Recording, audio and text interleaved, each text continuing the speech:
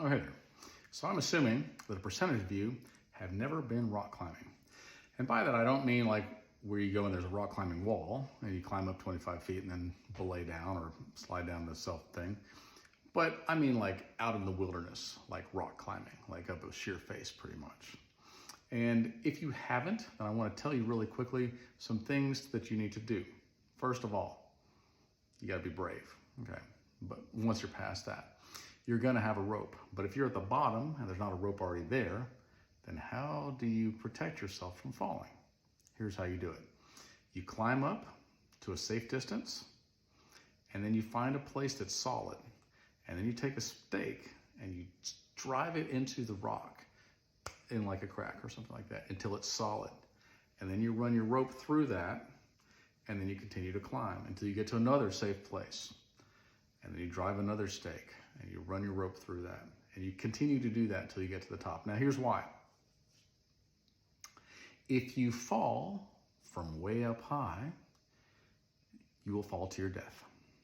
But if you put a stake in, you will only fall just past the last stake. Like whatever the distance is between the last stake and you can only go that much farther down, okay?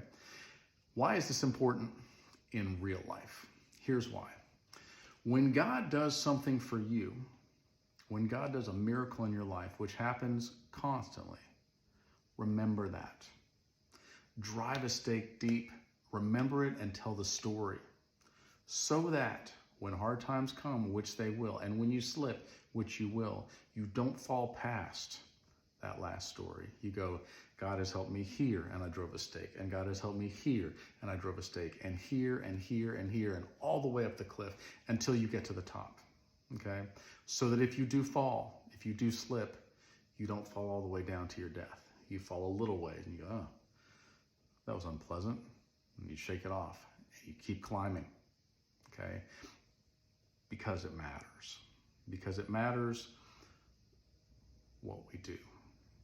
And the other thing that happens when you climb up first and there's stakes and you put your rope through it is the next person just puts their rope through the thing you've already done. You're not just helping yourself. You are making the path behind you easier than the path in front of you for the next person.